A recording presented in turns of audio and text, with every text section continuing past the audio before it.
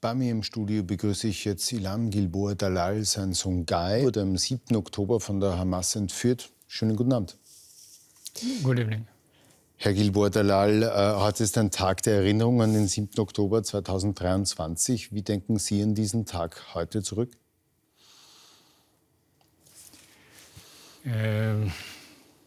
It's not a memory yet because my son is still held hostage in Gaza. He's not come back here yet. He's still there 2 years now. He's suffering every day. And for us, every day is as difficult as any other day.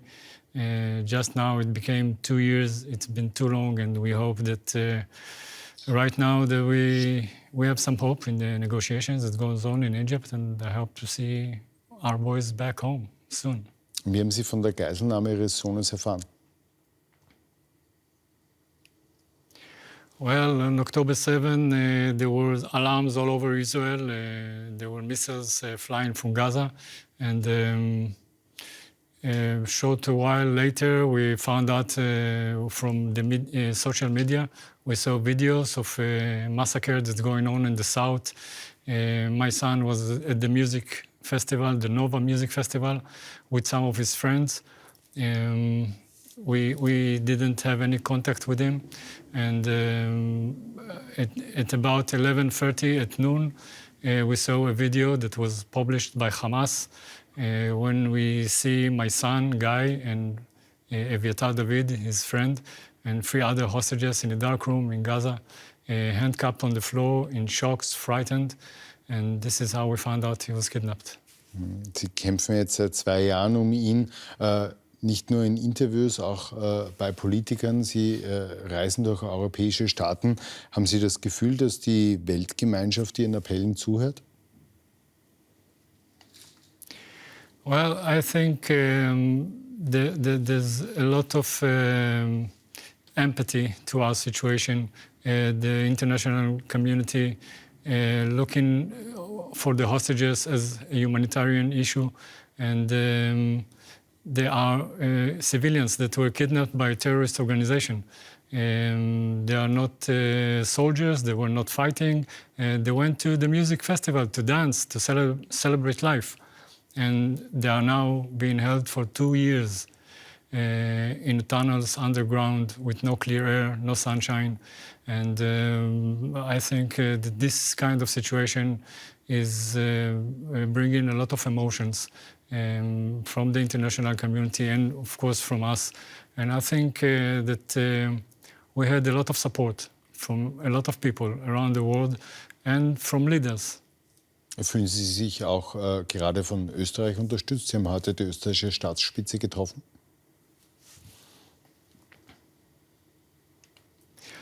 Yeah, we started to be engaged with the Austrian government after Tal Shaw was released. Die österreichische Geisel, das muss man dazu sagen. Yeah, Tal Shaw is an Austrian citizen, and he was advocated by the Austrian government. And once he was released, he told the Austrian government that he was in the same tunnel with Guy and Eviatar for the past 18 months, I think. And he asked the Austrian government to advocate for Guy and Eviatar. And since then, we're in contact with them. And they are helping us a lot. The Chancellor, I know that he spoke sometimes in their behalf. There's Peter Lansky that's helping us. And we get a lot of love from in the streets and from the people of Austria that they are supporting us. And I think that Austria is understanding the very bad situation that we are in and really trying to help. Die Hamas macht auch Politik mit ihrem Sohn, missbraucht die Geiseln ganz öffentlich. Auch er musste etwa bei einer Freilassung anderer Geiseln zusehen, wurde dann wieder in den Tunnel zurückgebracht. Was löst das im Vater aus, wenn er seinen Sohn bei so einer Propagandaveranstaltung sieht? Well, this is very hard. This is not the first time that Hamas is using the hostages as propaganda. As you can see, this was published 2 months ago. This is a picture of Eviatar David, which was held hostage along with my son in the tunnels. This is the narrow tunnel that they are held in, and you can see how skinny he is, and he was forced to dig his own grave in this tunnel. And we can see in the picture that one of the terrorists giving him a kind of bean, and he said, tell him that this kind of bean should last for him for 2 days. This is the only food he gets for 2 days. And after a while, we got this video. This is my son, Guy. He was taken out of the tunnel and moved around the Gaza city. And the terrorists told him that they were going to use him as a human shield against the IDF forces. And 6 months ago, like you mentioned, there was this video of Guy and Eviatar in the van watching their friends getting released back to their families, to their lives. And then they took them back to the dark tunnels. And we were very afraid that this incident will harm them mentally. Very bad. In diesen Stunden wird gerade verhandelt in Sharm el-Sheikh zwischen der Hamas und Israel, zwischen Unterhändlern dieser beiden Gruppen. Wie groß ist denn Ihre Hoffnung, dass tatsächlich ein Friedenspakt gelingen kann, dass die Geiseln tatsächlich bald nach Hause kommen können? Well, we have a great hope. I really want it to succeed. I think that this time it's a different situation than it was before. Donald Trump suggested a plan that accepted by many Arab countries, by many European countries. It was accepted by Israel. And now we need Hamas to agree to this deal, that everybody agreed that the first step toward peace must be the release of all the hostages. And I think that this step must be done first, because if not, the hostages, all of them will be released. Then we cannot proceed to any further steps in this plan. Haben Sie Angst, dass die Weltgemeinschaft die Geiseln vergisst? Sollte dieser Deal wieder scheitern? Well, this is our job, not to let the world forget about the hostages. This is why we are going around the world and speaking about them and showing pictures so they will not forget. I really hope that this time Mr. Trump will put all his weight in this matter in order to make this deal happen. Everybody needs it to happen. The Israeli, the Palestinians, we want to end the war. We want the hostages back. We want to go to a new future in the region. We want to have peace. But in order to get that, all the hostages first must be released.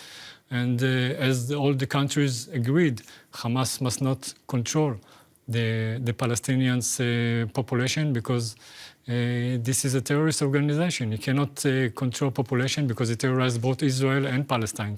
And they don't really care about the well-being of the Gazan people. They deserve a better leadership that want to give them a better life, that want to coexist with Israel. As you know, the Hamas and the Palestinian authorities until now did not recognize the right of Israel to exist as a Jewish state. So things must happen in order to go to peace. But right now, the most important thing is to get the children out of hell, because they are in hell. Gaza is hell. They are starving, they are beaten, they are abused. And I don't know how much time they can last more. We must get them back home. Jetzt findet sich Ihr Kind, aber auch viele andere Kinder mitten in einem weltpolitisch extrem brisanten Krieg. Sie müssen durch Ländertouren politische Fragen beantworten, obwohl Sie alle keine Politiker sind. Wie sehen Sie die Politik von Ihrem Premier Benjamin Netanyahu? Was macht das mit Ihnen, dass Sie immer wieder auch zu seiner Politik gefragt werden, zu der Art und Weise, wie Israel in Gaza Krieg führt, das auch sehr viele Leben kostet? Well, you're right. We're not politicians. I'm a father. I'm a father of a guy that I raised 22 years, a beautiful son. He went to the music festival. He went to a party to dance, to celebrate life, and he was kidnapped. And politics not really interests me, but I can tell you one thing. October 7 was the trigger for this war. We must not forget why this war happened. Hamas penetrated Israel and murdered 1,200 people and kidnapped 250. Sometimes we not agree with our government, sometimes we have different opinion, but I know that the Prime Minister, when he speaks, he looks on a wider angle than releasing a few hostages, like the security of the south of Israel, that people that were burned in their beds and were murdered in their homes cannot go back now and feel safe in their homes. So I think that he goes through a thick line between the will to release the hostages and the will to take care of the security of Israel. Die Attacken vom 7. Oktober haben weltweit den Antisemitismus befeuert. Bekommen Sie das auch zu spüren? Yes, I didn't notice in Israel, but I know that in Europe and there's a lot of anti-Semitism that rose up after October 7. I know that it was here before because we went through the Holocaust, and there always been an anti-Semitism. But after the war, with the help of the Muslim immigrants that flowed in Europe, it rose up and it became very, very dangerous. I think both to Israel and for Europe, for them, that you know that there are many immigrants that spreading from the inside Europe and a little bit changing their identity. So I know there's a lot of anti-Semitism, there's a lot of hate for Israel. I know the war make it stronger, but I believe that once we go in the path of peace and with coexistence between the two people, things will come down. Irgendwann könnte es diesen Tag geben, wo Sie Ihren Sohn wiedersehen. Was werden Sie als erstes machen, wenn Sie ihn tatsächlich wiedersehen?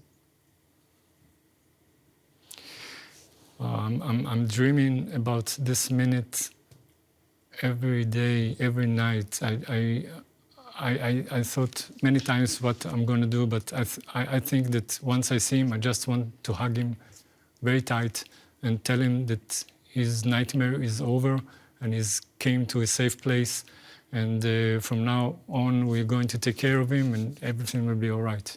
Herr Gilboa-Dalal, ich wünsche Ihnen alles Gute und möge dieser Tag kommen. Thank you very much.